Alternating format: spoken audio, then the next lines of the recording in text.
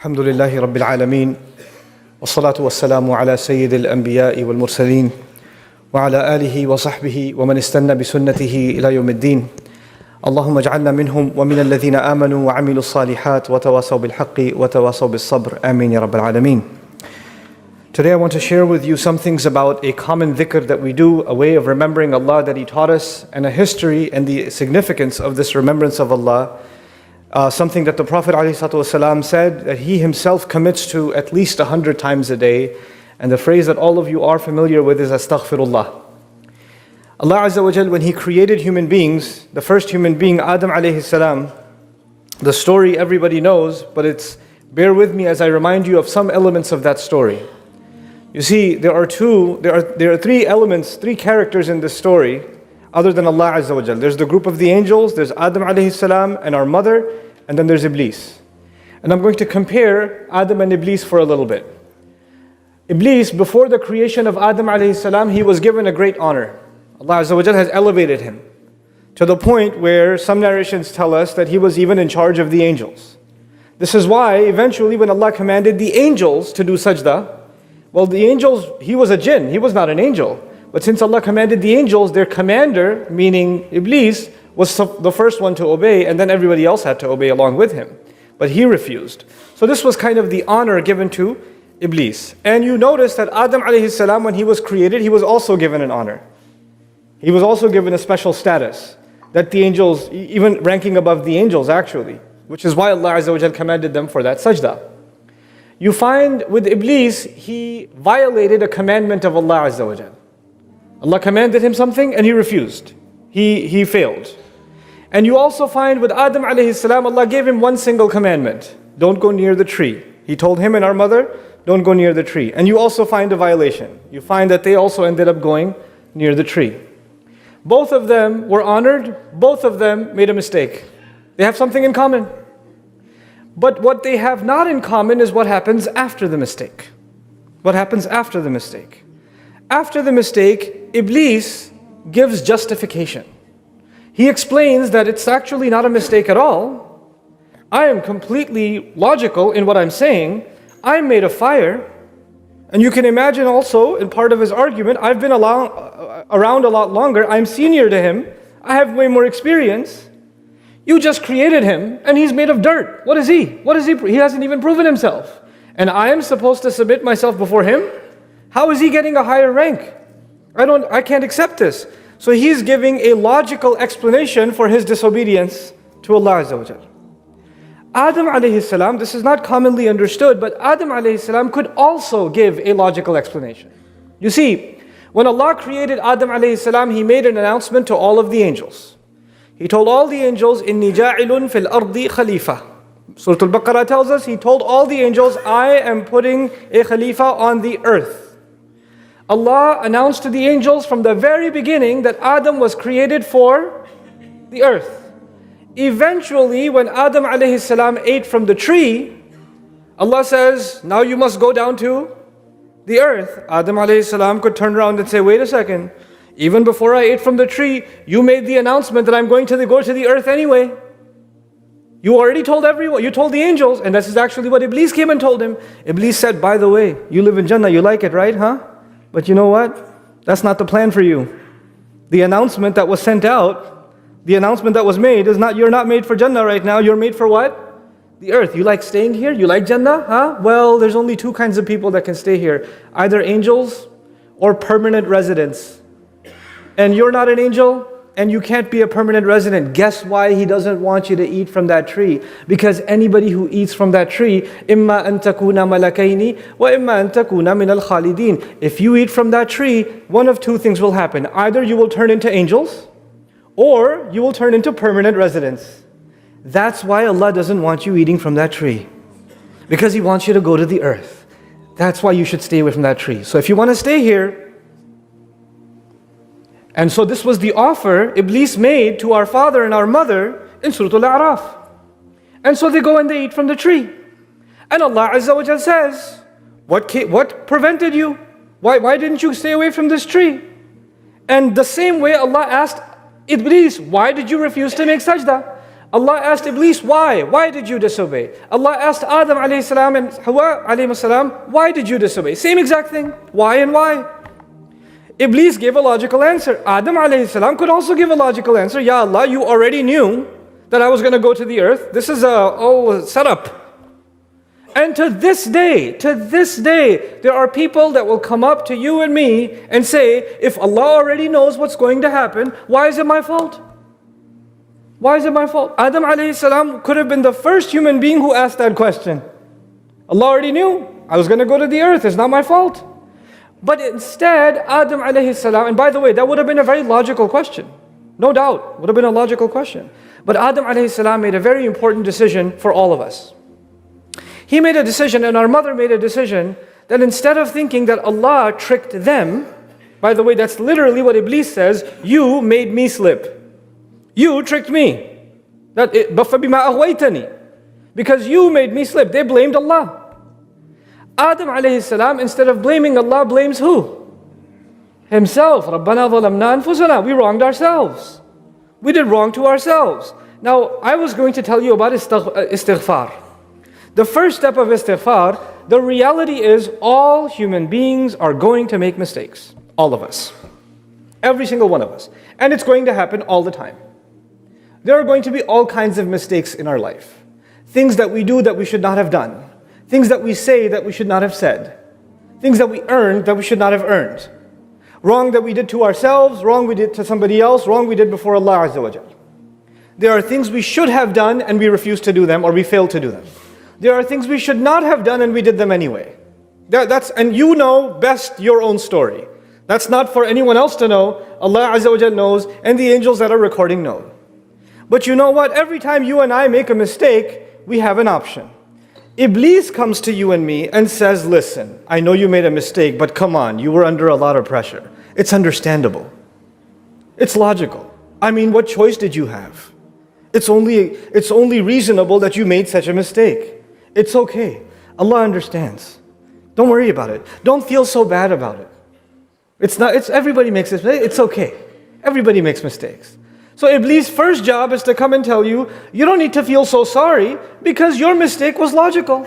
You got really angry and you hit someone, and then Iblīs comes and tells you, well, they made me really angry.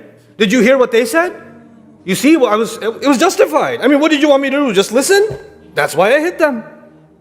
Or you decide to insult somebody, or somebody decides to steal, and somebody says, what did you want me to do? Everybody's doing it. I can't even pay the bills. What did you want me to do? Somebody accepts a bribe, and they tell themselves, look, I mean, I have to survive. I have small kids.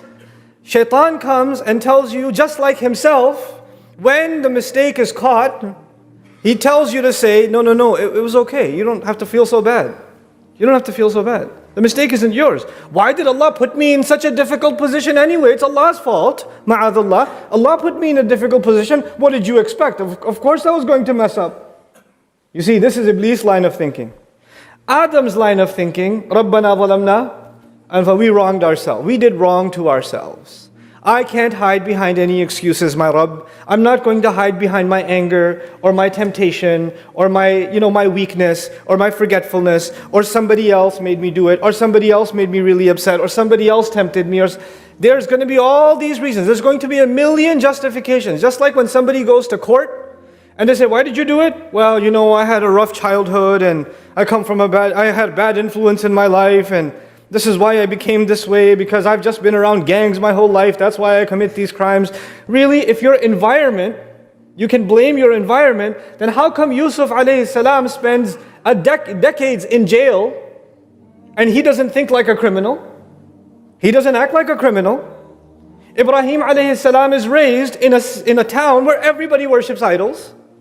He doesn't blame the environment and justify his behavior. He stands up for the truth. What is Allah teaching us? Every human being, al-insan ala nafsihi basira walau alqa ma'adhira. The human being is very clear view of his own self, even though he comes up with lots of excuses. Human beings are very good at making excuses, and where do the excuses come from? Iblīs. Because there's one thing Iblīs does not want. He does not want you to say with your heart, Astaghfirullah. He does not want that. Because once Adam alayhi salam was sent to the earth, this is why I started with Adam alayhi salam. When Adam alayhi salam was sent to the earth, Allah told him, فَإِمَّا يَأْتِيَنَّكُم مِّنِّي هُدًى فَمَن تَبِعَ هُدَايَ فَلَا خَوْفٌ عَلَيْهِمْ وَلَا هُمْ يَحْزَنُونَ. Now that I'm sending you to the earth, you will need guidance. You will need guidance. And whoever follows my guidance, they won't have to worry, they won't have fear, they won't have sadness. So basically, Allah told Adam alayhi salam that when he comes to the earth, Allah will give him what? Guidance. Now please listen to this carefully. This is what it has to do with astaghfirullah. The first guidance Allah sent to this earth. Allah says, فَتَلَقَّى آدَمُ مِنْ رَبِّهِ كَلِمَاتٍ فَتَابَ عَلَيْهِ. Allah gave Adam alayhi salam words by means of which he turned back to Allah asking for his forgiveness. Asking for Allah's forgiveness was the first guidance given to humanity. That was guidance number one. Before any other teaching, before anything Allah taught us about halal and haram, before anything Allah taught us about remembering Allah in different ways, before anything Allah taught us about the gratitude of Allah and the perfection of Allah, the first thing Allah taught humanity was seek Allah's forgiveness. And you know what? That's how the story of humanity started, by seeking Allah's forgiveness. Where does the story of humanity end? On Judgment Day, isn't it? And on Judgment Day, believers are trying to make their way towards Jannah. And they haven't made it to Jannah yet. They haven't made it yet. Some people had a lot of faith, so they have a lot of light coming out of their chest and their right hand. And some people have a little bit of faith, so they have a little bit of light coming out of their chest and their right hand. And if you have a lot of light, you know where to go. If you have a little bit of light, you can only take one step at a time. And people are inching towards Jannah, trying to make it to Jannah. And what do they say? This is the last dua human beings will ever make. This is the last dua human beings will ever make. In Surah Al-Tahrim, رَبَّنَا أَتْمِمْ لَنَا نُورَنَا وَاغْفِرْ لَنَا. Master, please complete our light. Let this light, this battery not run out until we make it to the gates of Jannah. And forgive us. Forgive us. The first guidance, the first dua was what? Forgiveness. And the last dua for all humanity is what? Forgive us. The guidance of Allah begins and ends with seeking forgiveness. And seeking, this astaghfirullah is not something small. It's not a small reason that Rasulullah sallallahu alayhi wasallam asked istighfar of Allah 100 times. We'll solve that problem in a second. Why is Rasulullah sallallahu alayhi wasallam asking for Allah's forgiveness? We know that prophets are free of sin. And on top of that, Allah describes him, as I told you before, as a brilliant sun, flawless. So why is he asking for forgiveness if he hasn't even made any sins? You see, Allah Azza wa Jal will give us the reasons for which istighfar isn't just about doing a sin. Istighfar is about not doing enough.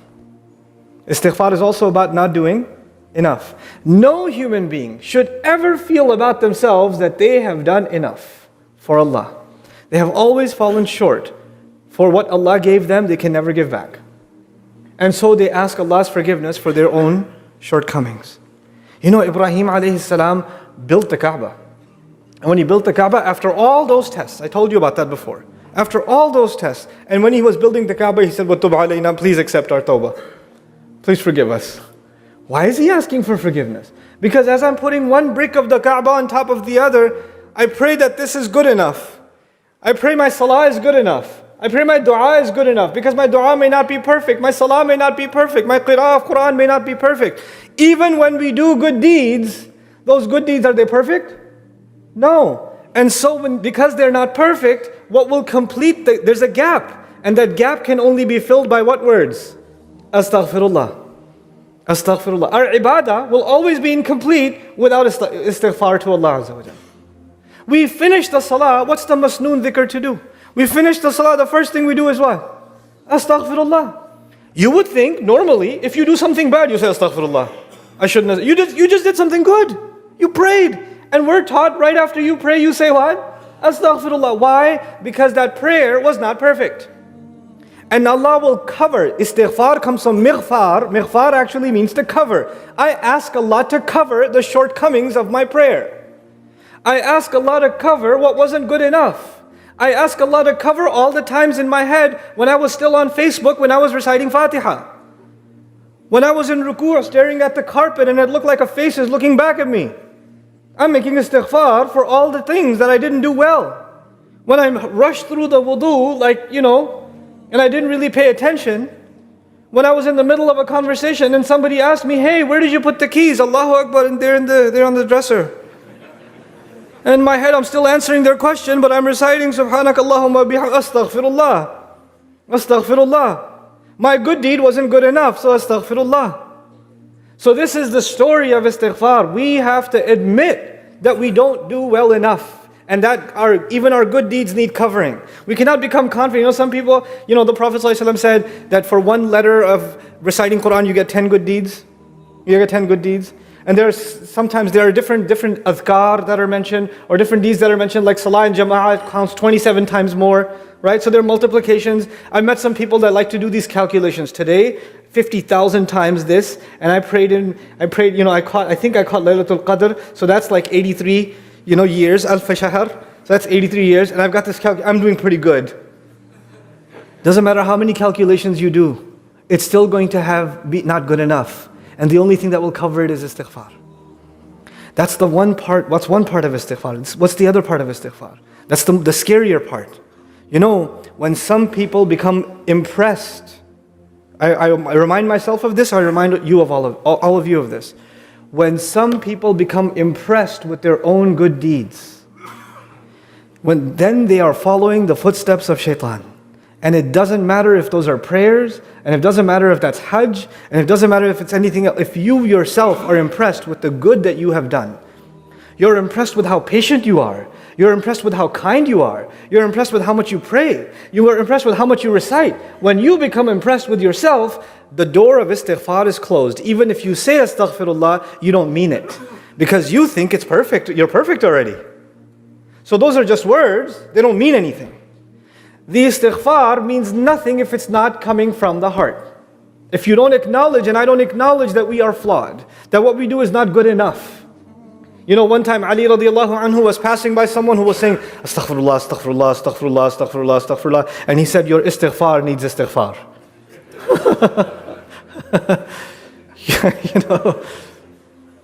So the last thing I share with you about istighfar, not only does it cover our flaws, not only does it teach us humility, and it teaches us, profoundly it teaches us that we aren't perfect and we will always be making mistakes, and we have to admit our mistakes to Allah. By the way, on that note, it's not easy to admit your mistake to another person. Somebody says to you, hey, I didn't like what you said. What? What did I say? Huh? It was perfectly right what I said. What are you talking about? You didn't understand what I said. There's a problem with you, not with me. When somebody points out your mistake, you get defensive. I didn't make a mistake. Guess who got defensive when his mistake was pointed out? Iblīs. And when you become defensive, there's no way you'll ask Allah's forgiveness. Yes, it's hard to admit our mistakes in front of people. But if you get in the habit of defending yourself every time, it will be hard for you and hard for me to admit ourselves before Allah. It'll be hard for us to say, Ya Allah, I messed up, I shouldn't have said that. I shouldn't have done this. I shouldn't do this. I shouldn't do this. And I'm seeking genuinely your forgiveness. So being able to admit your mistake is actually a step towards istighfar. Shaitan doesn't even want us to admit it. So finally the benefits. What do you get when you make istighfar? Not only do your sins get covered, not only is it the last steps before we walk into Jannah. وَاغْفِرْ لَنَا وَاغْفِرْ لَنَا. The last words before people enter into Jannah. But in addition, Nuh alayhi salam told us something. He told us something about what will happen if people make istighfar. فَقُلْتُ اسْتَغْفِرُوا رَبَّكُمْ إِنَّهُ كَانَ غَفَّارًا يُرْسِلِ السَّمَاءَ عَلَيْكُمْ مِدْرَارًا وَيُمْدِدْكُمْ بِأَمْوَالٍ وَبَنِينَ وَيَجْعَلْ لَكُمْ جَنَّاتٍ وَيَجْعَلْ لَكُمْ أَنْهَارًا مَا لَكُمْ لَا تَرْجُونَ لِلَّهِ وَقَارًا. Allah Azza wa Jal told Nuh alayhi salam to teach the people. And he told Allah, Ya Allah, I gave them the best offer. I gave my people the best offer. I told them to make istighfar of your master. I told them to seek forgiveness of your master. And if you do, what will happen? The sky will open up, pouring down. يُرْسِلِ السَّمَاءَ عَلَيْكُمْ مِدْرَارًا. And it doesn't just mean rain. It means rizq from the sky will come pouring down. Protection will come pouring down. Guidance will come pouring down. Blessings will come pouring down. Everything you need in this life comes from the sky. And the sky will open up for you only because you're making what? Istighfar. يُرْسِلِ السَّمَاءَ عَلَيْكُمْ مِدْرَارًا وَيُمْدِدْكُمْ. And He will extend for you. بِأَمْوَالٍ وَبَنِينَ. He will give you more and more money. He will give you more and more children. And yumdidkum doesn't mean yazidkum, meaning He'll give you more children, more money. But even if you have a little bit of money, it will go very far. And if you have just a child, or your child is not, you don't have many kids, the good they do will go very far. Yumdidkum, meaning your good deeds will continue through your money. Allah will make your money work for your dunya, and Allah will make your children work for your dunya, and He will make your money and your children work for your akhirah, only because you made istighfar. Yumdidkum bi amwalin wa banin. And then He says, وَيَجْعَلْ لَكُمْ جَنَّاتٍ وَيَجْعَلْ لَكُمْ أَنْهَارًا. And He will put gardens out for you, and He will put rivers out for you. And the ulama got confused. Wait, a lot of people make istighfar, but they never get gardens? They never get rivers?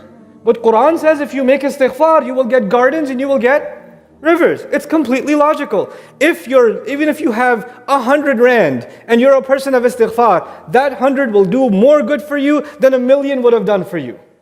If you have a sick child,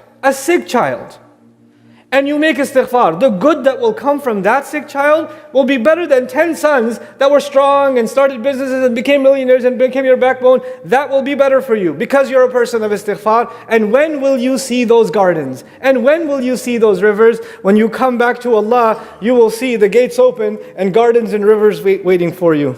وَيَجْعَلْ لَكُمْ جَنَّاتٍ وَيَجْعَلْ لَكُمْ أَنْهَارًا مَا لَكُمْ. What is wrong with you? Nuh alayhi salam told his people, what is wrong with you? لَا تَرْجُونَ لِلَّهِ وَقَارًا. You're not hoping for Allah to dignify you? Why don't you want Allah to honor you? Why don't you want Allah to bless you? Allah Azza wa Jal will honor you when you become people of istighfar. And this is my last comment to you. When somebody asks for forgiveness, if I came to somebody and said, I'm sorry I said that, I made a mistake, and somebody admits their crime before a judge, somebody admits sometimes the politicians make a mistake and they have to do a press release, I'm really sorry I said that, and I didn't mean to say it, and please still will vote for me, and Is that dignifying, or is that embarrassing when they have to admit their mistake? It's embarrassing. If somebody has to admit their mistake, it's very embarrassing. It's one of the most difficult, uncomfortable situations a person can be in when they have to admit their mistake. And Allah Azza wa Jal, on the tongue of Nuh alayhi salam, told us, when you seek forgiveness of Allah, you are hoping for Allah not to humiliate you, but to what? To honor you. That actually our honor lies in admitting our faults before Allah and begging Allah to cover them. That's actually our honor. When we admit ourselves to any other human being, it will be humiliation. When we humiliate ourselves before Allah, that is the only honor a human being will ever have in this life. مَا لَكُمْ لَا تَرْجُونَ لِلَّهِ وَقَارًا. This is the power of just the words astaghfirullah. When we say these words, we are transforming our lives. We're opening the doors to rizq. We're dignifying ourselves. We are reminding ourselves of the journey of Adam alayhi salam and the journey we will all be taking as we walk into the gates of Jannah. May Allah Azza wa Jal make all of us people of real istighfar from our hearts. Barakallahu li wa lakum fil Qur'an al-Hakim wa nafa'ani wa iyyakum bil ayati wa dhikr al-Hakim.